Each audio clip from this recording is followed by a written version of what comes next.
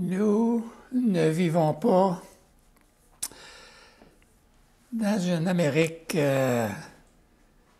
religieuse. On est loin de notre Amérique. Quand je parle de l'Amérique du Nord, c'était beaucoup plus religieux, même si ce n'était pas le salut en Jésus-Christ. Alors la religion avait une place importante dans la vie de tous les gens. Et c'est presque la même situation partout dans notre monde aujourd'hui. Nous mettons Dieu en dehors de toutes nos institutions. Et le mot Dieu devient un mot tabou aujourd'hui, surtout dans les médias et surtout au Canada. Je dirais qu'on n'entend pas le mot Dieu souvent dans nos médias. Au premier siècle, on voulait se débarrasser de Jésus car il était venu comme étant le Messie. Et lorsqu'on l'a reçu comme le Messie, alors on voulait l'établir roi tout de suite et le mettre sur le trône et se débarrasser des Romains.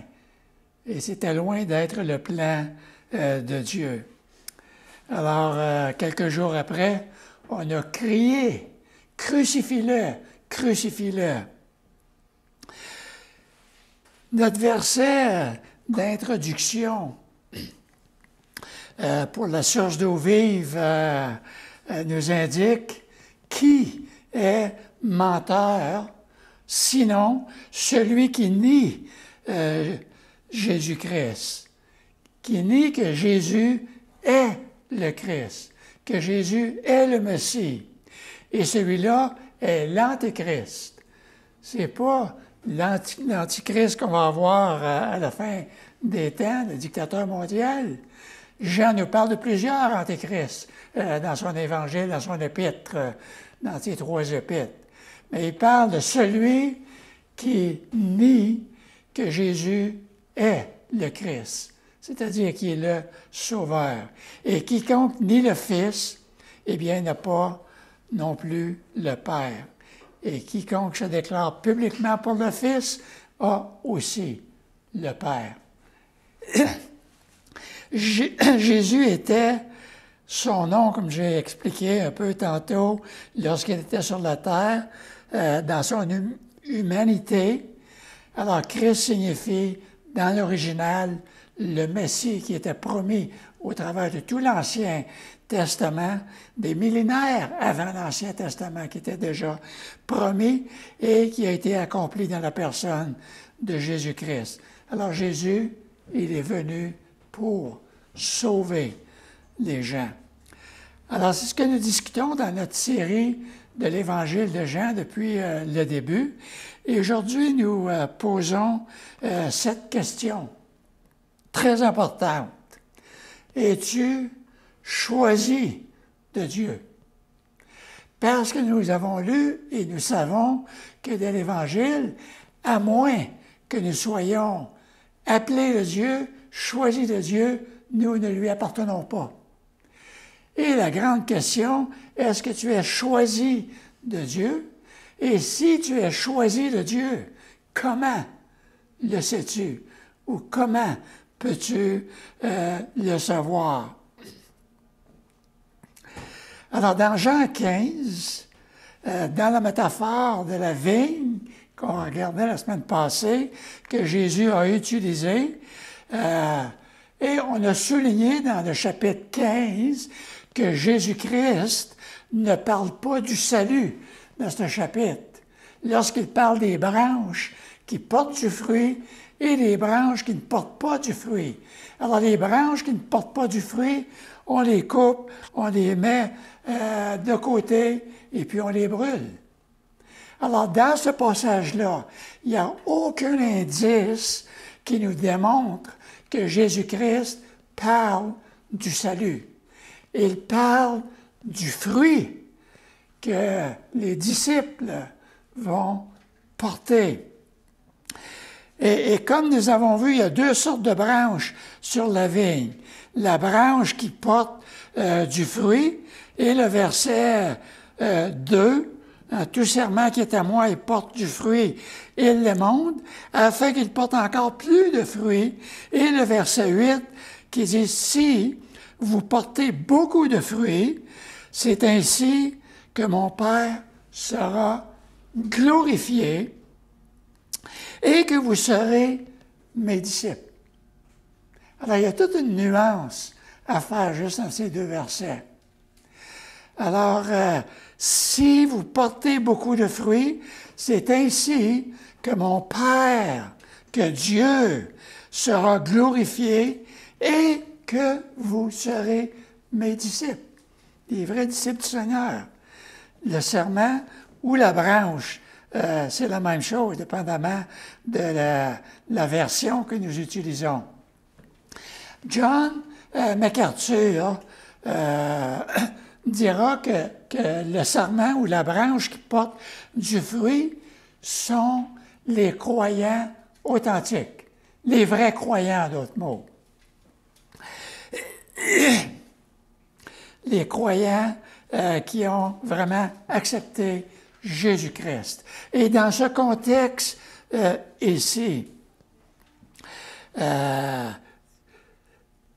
l'accent est mis sur les 11 disciples qui sont fidèles, qui ont demeuré fidèles à Jésus, et l'imagerie de la vigne englobe également tous les croyants jusqu'au prochain retour de Jésus-Christ.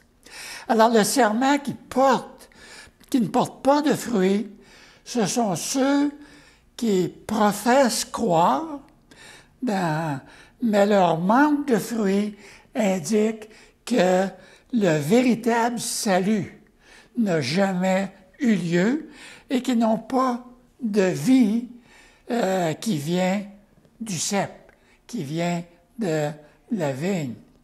Et surtout dans ce contexte immédiat de Jean 15, alors Judas était pointé par le Seigneur.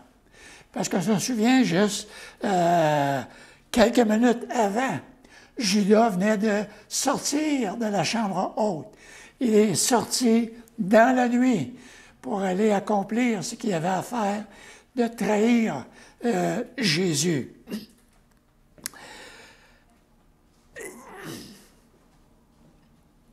Alors, c'est Judas qui est pointé ici par le Seigneur.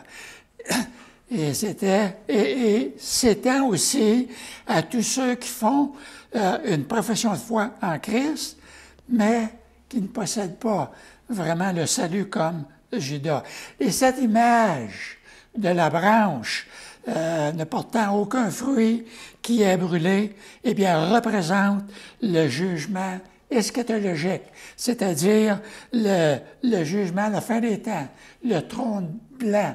Alors, celui qui n'aura pas accepté Jésus-Christ, qui ne sera pas sauvé, alors il passe au trône du jugement à la fin des temps, à moins qu'il se convertisse avant que ce jugement-là arrive. Au verset 4 à 6, Jésus dit ceci. « Demeurez en moi, et je demeurerai en vous. Comme le serment ne peut de lui-même porter du fruit, s'il ne demeure attaché au cep, ainsi vous ne le pouvez pas non plus, si vous ne demeurez en moi. Je suis le cep. Vous êtes les serments. Celui qui demeure en moi et en qui je demeure porte beaucoup de fruits, car sans moi, vous ne pouvez rien faire.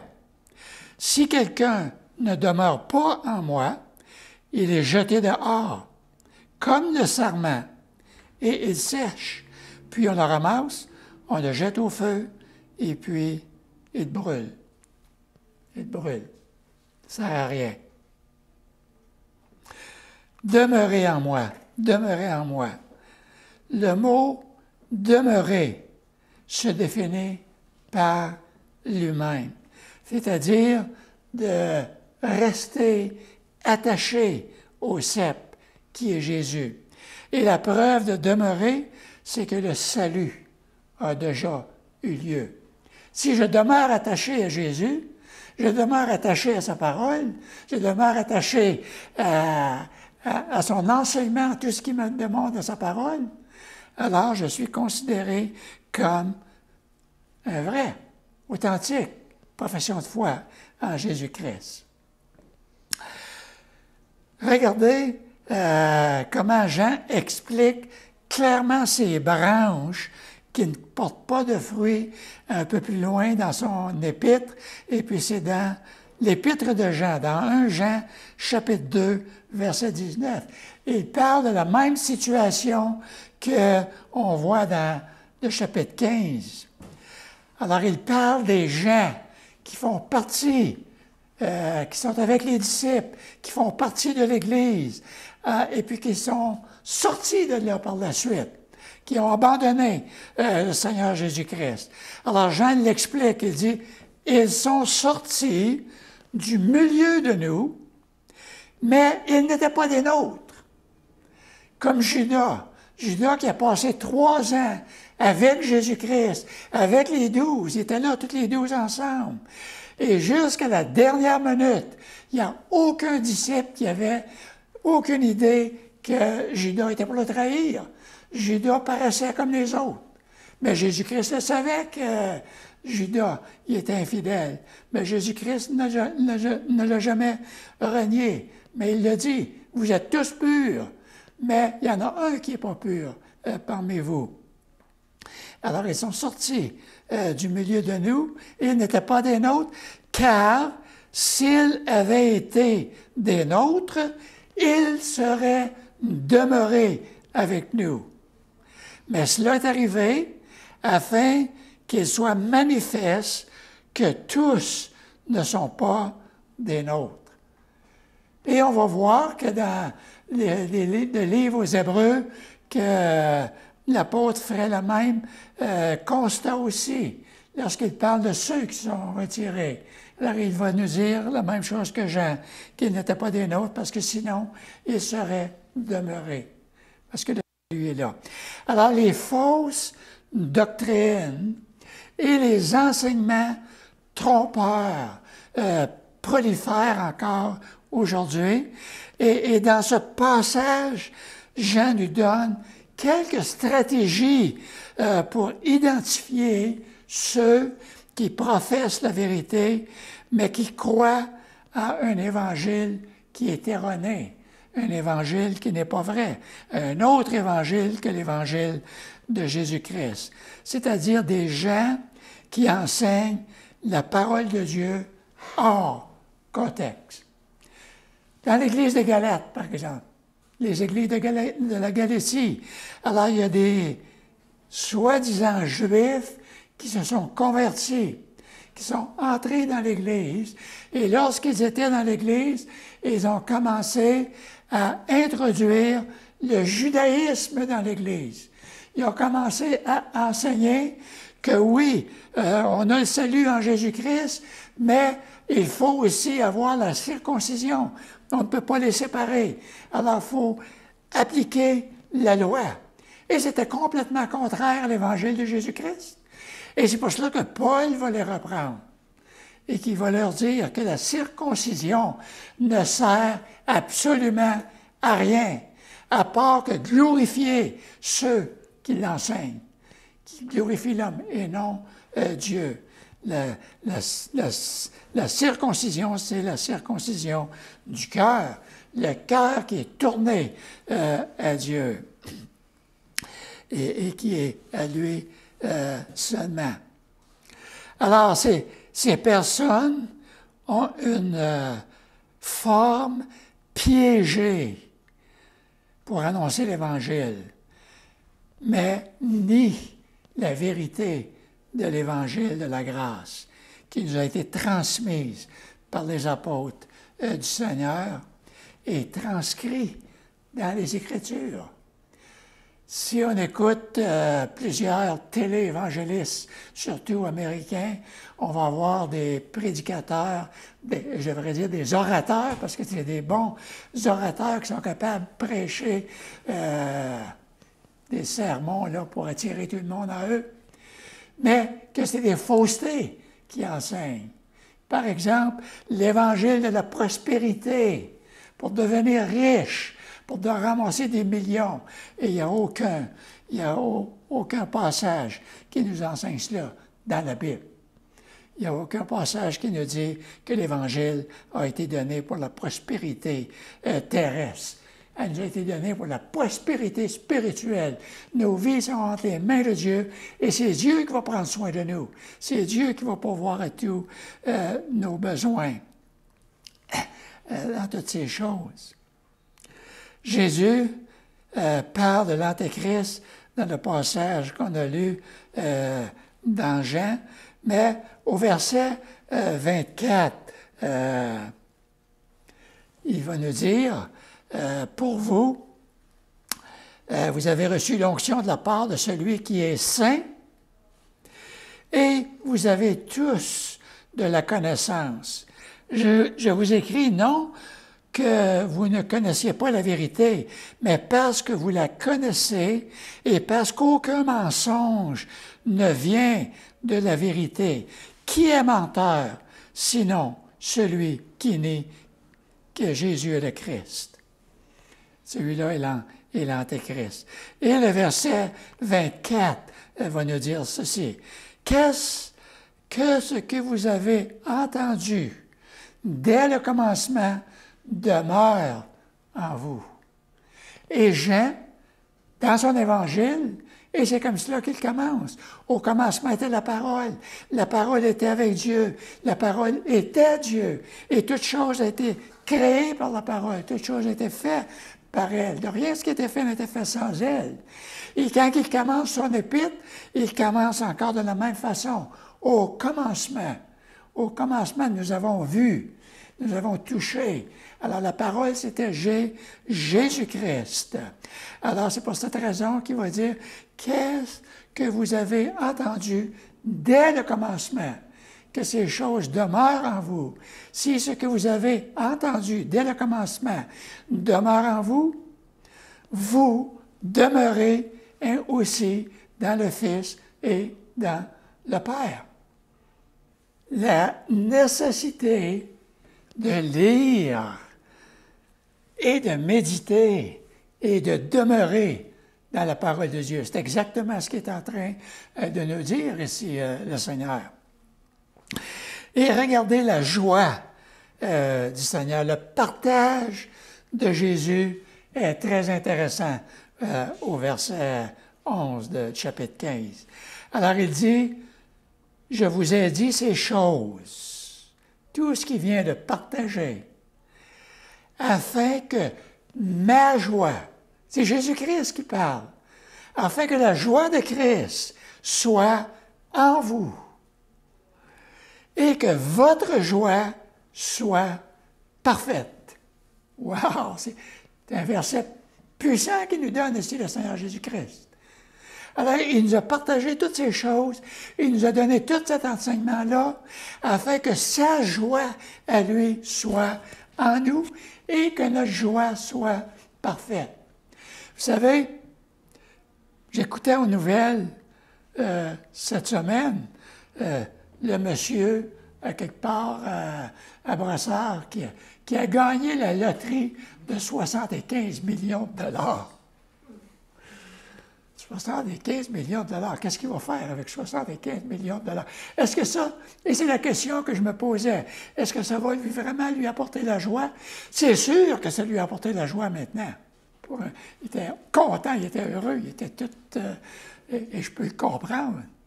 Mais est-ce que c'est une joie qui va durer toute l'éternité? Je ne le pense pas. Je me souviens d'une famille à Mont-Laurier, lorsque j'étais pasteur là-bas, c'était pas une famille de l'Église, mais c'était une famille qui était pauvre, qui était sur le bien-être social, Et puis, ils ont gagné un gros montant, eux aussi. C'était 250 000 c'était pas le million, mais c'est beaucoup d'argent pour quelqu'un qui est du bien-être social. J'étais très, très, très content. Mais à peine un an après, il n'y avait plus rien. Retour du bien-être social. La joie était toute déjà disparue. Mais Jésus-Christ nous dit, je vous dis ces choses afin que ma joie soit en vous et que votre joie soit parfaite. Et lorsque Jésus-Christ parle d'une joie parfaite, c'est une joie qui va durer pour l'éternité. Ça ne veut pas dire qu'on n'aura pas de tribulation, ça ne veut pas dire qu'on n'aura pas de problème, ça ne veut pas dire qu'on n'aura pas de doute parfois. Ces choses vont arriver, mais notre joie est en Jésus-Christ. Est en Jésus-Christ. Toutes ces choses qui sont exposées ici sont les discours de Jésus dans ce chapitre et le chapitre 14 aussi, parce que c'est la suite qui se continue. Et ce discours était destiné à les réconforter par la promesse du Saint-Esprit et de la vie éternelle, et les diriger dans l'accomplissement de leurs responsabilités, parce que sans cela, ils ne pouvaient rien faire. Alors, concernant la vigne et le serment, alors la demeure du Saint-Esprit est en eux, et eux en lui. Demeure en nous, mais nous sommes en lui.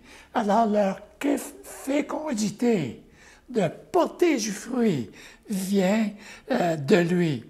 Et leur persévérance de continuer vient de lui. Son amour pour eux et leur amour pour lui, alors c'est un discours de réconfort qu'il nous donne ici.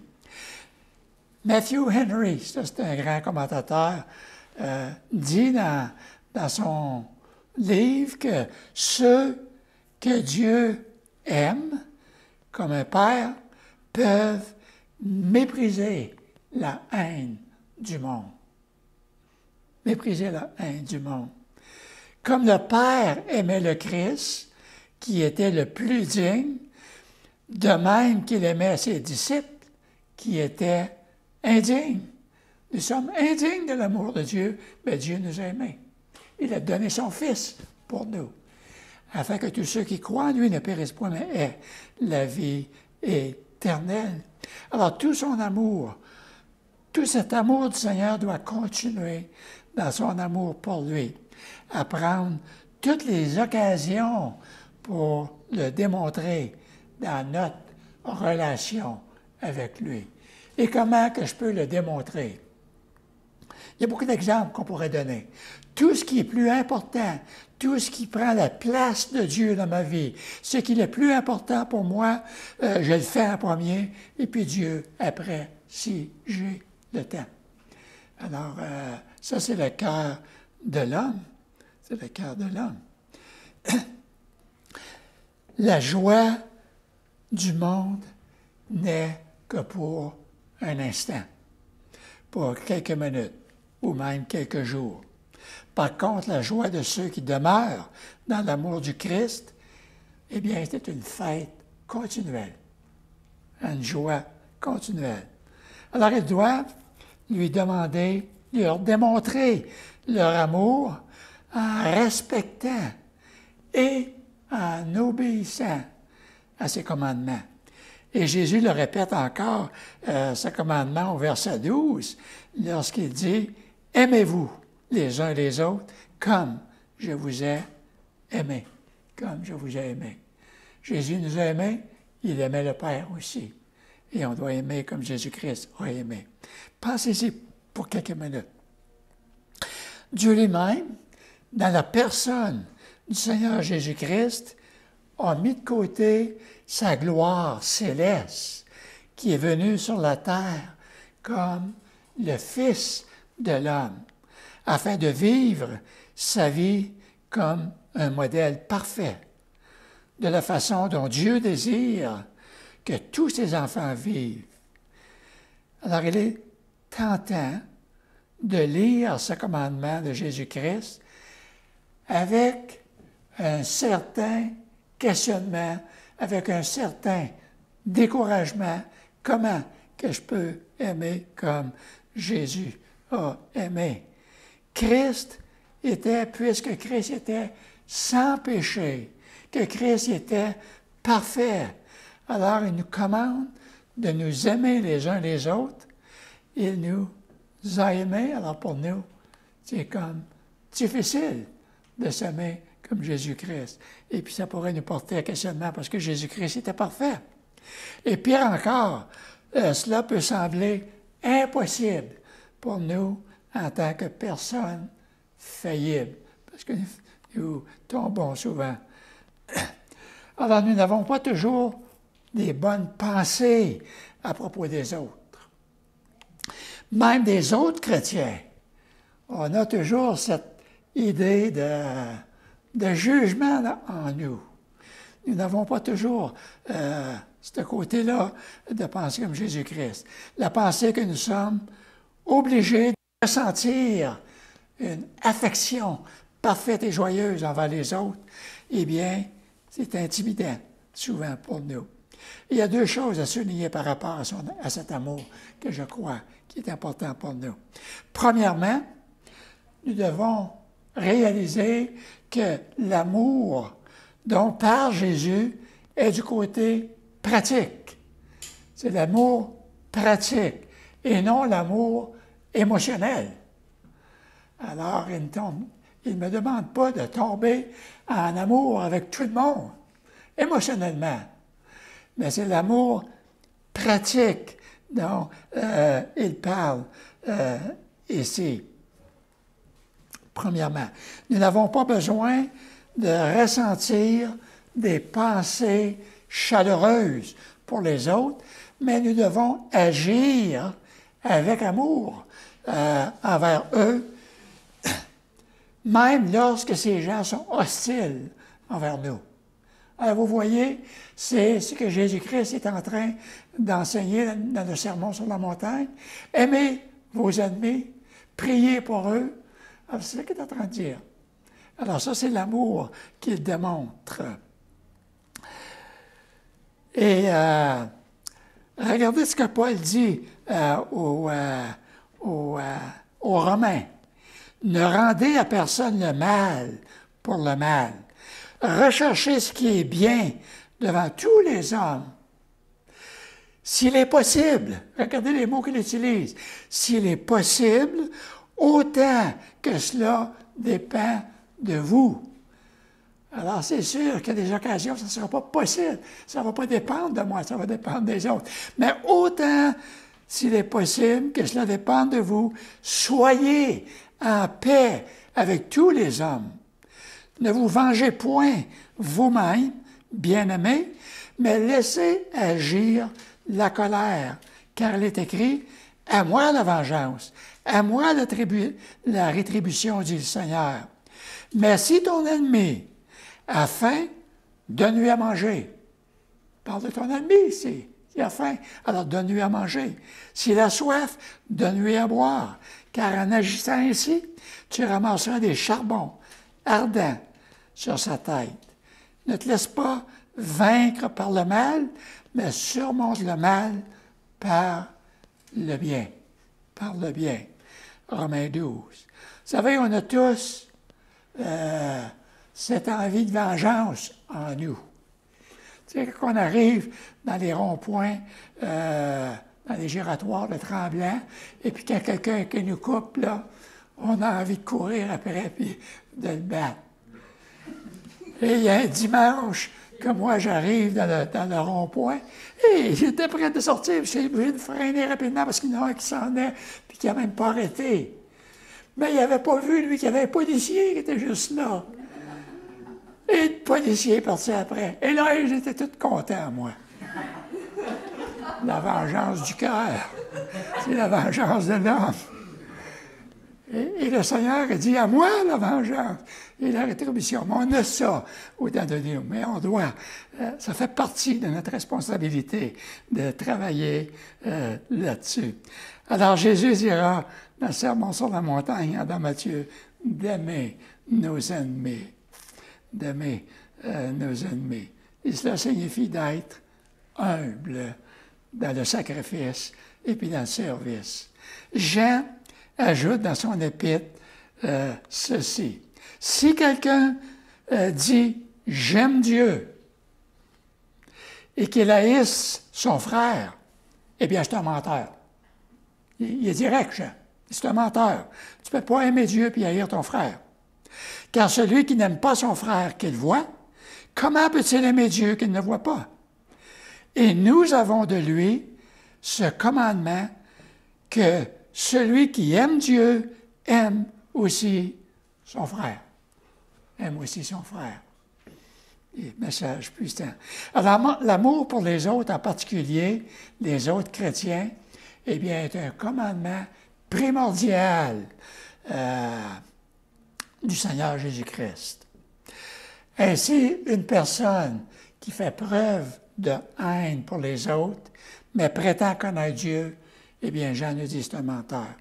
Alors, Jean indique clairement que l'obéissance s'exprime à un seul commandement, l'amour de Dieu et l'amour pour le prochain sont inséparables. Ceux qui aiment Dieu ne peuvent pas refuser l'amour à l'image de Dieu pour le prochain. Dieu a tant aimé le monde. Alors Jésus-Christ, il a utilisé un pronom indéfini. Le monde, là, c'est comme un pronom indéfini, car Dieu a tant aimé le monde. Alors ça inclut tous les individus sur la surface de la terre que Dieu a aimés, afin que quiconque, un autre pronom indéfini, quiconque croit. Alors, voilà la différence. Dieu a aimé, mais le quiconque croit ne périsse point, mais ait la vie éternelle. Ça, c'était le plan de Dieu. Alors, Dieu a choisi. Choisi de Dieu. On est choisi de Dieu. Être choisi, c'est un sentiment de fébrilité, de joie, qui fait monter l'adrénaline souvent à un certain niveau.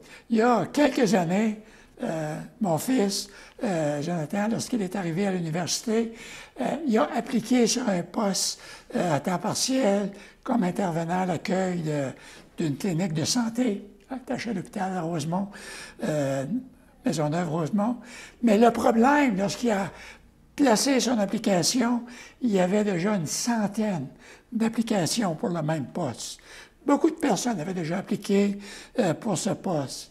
Mais Jonathan, à sa grande surprise, il fut choisi. Il fut choisi non pas sur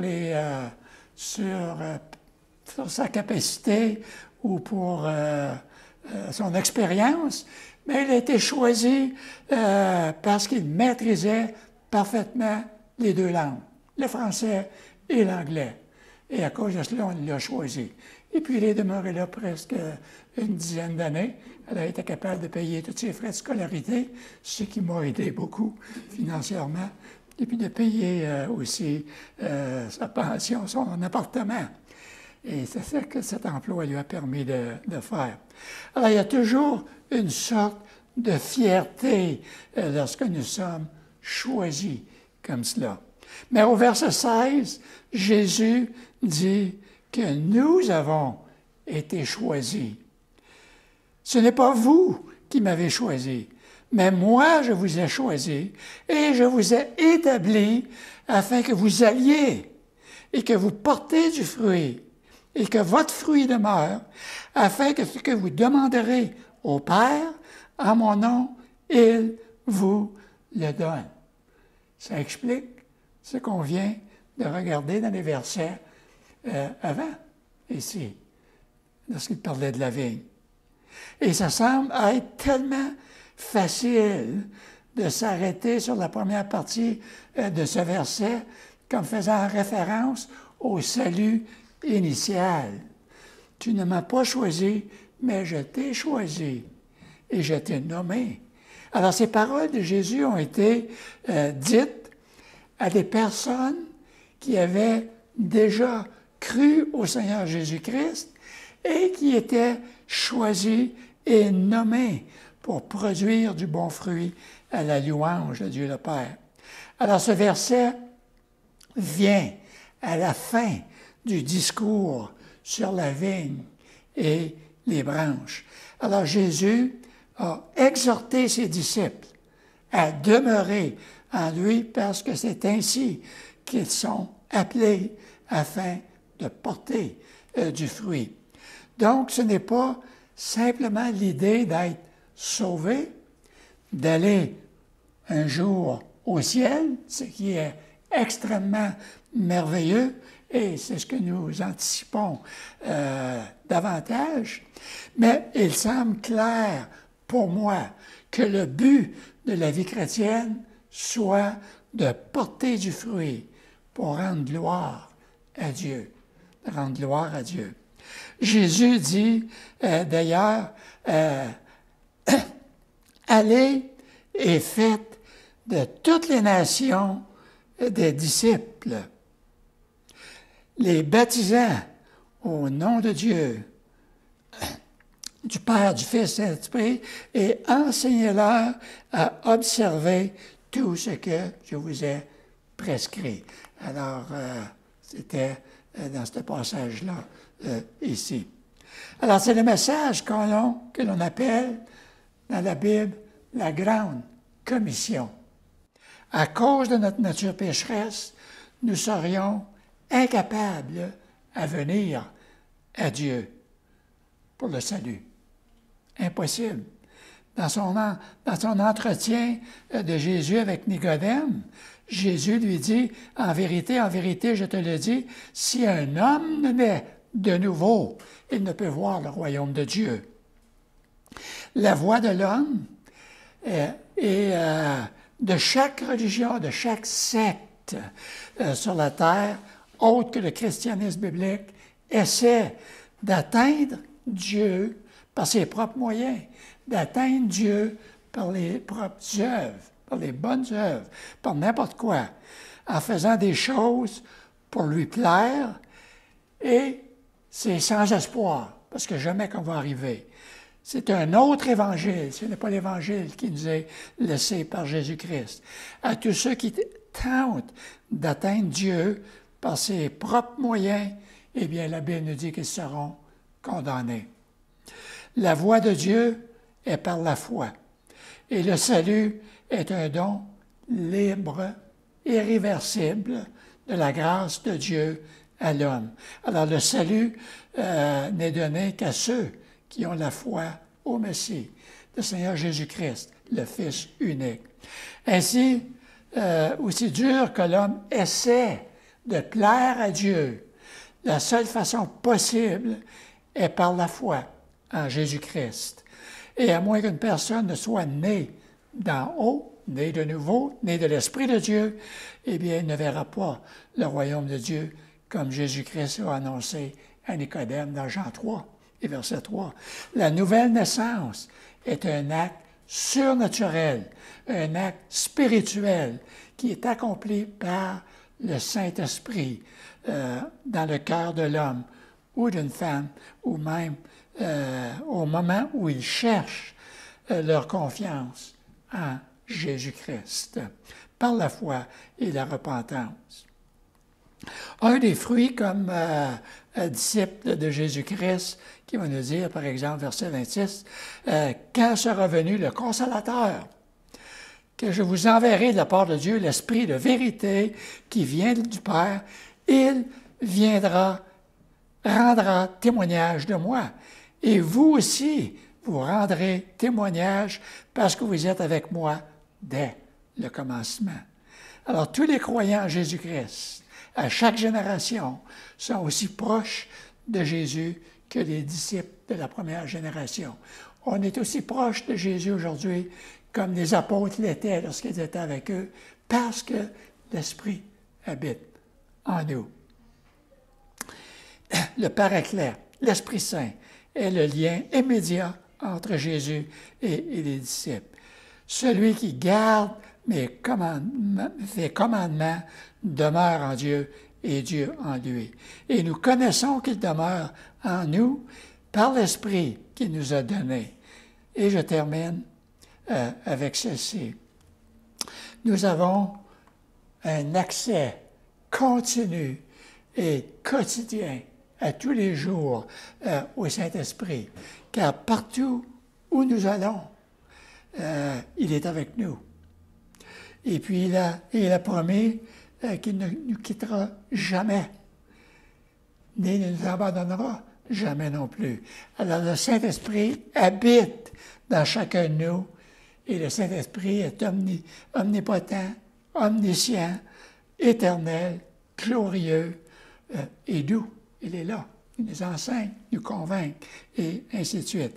Il est venu habiter en nous pour être notre avocat, notre conseiller, notre enseignant, notre instructeur, notre consolateur, notre aide toujours présent dans des temps difficiles. L'Esprit est toujours avec nous. Alors Jean écrit au chapitre 16 que nous verrons dans quelque temps, un peu plus loin, l'œuvre du Saint-Esprit. C'est ça qu'on va voir, l'œuvre du Saint-Esprit en nous. Entre-temps, assurons-nous que nous sommes choisis de Dieu. Prions, Seigneur Père, nous te sommes reconnaissants pour ta grâce que tu nous as faite. Merci pour ta parole que tu as laissée entre nos mains. Et merci, Père, que cette parole ne vient pas d'un homme, mais qu'elle vient de toi. On veut te remercier pour ce message de l'Évangile de Jésus-Christ, pour le Paraclet qui est en nous, le Saint-Esprit. Oui, Père, que ta parole puisse être répandue dans notre monde aujourd'hui, qu'un grand nombre puisse se tourner vers toi avant que le temps soit trop tard. Père, c'est au nom de Jésus que je te prie. Amen. Amen.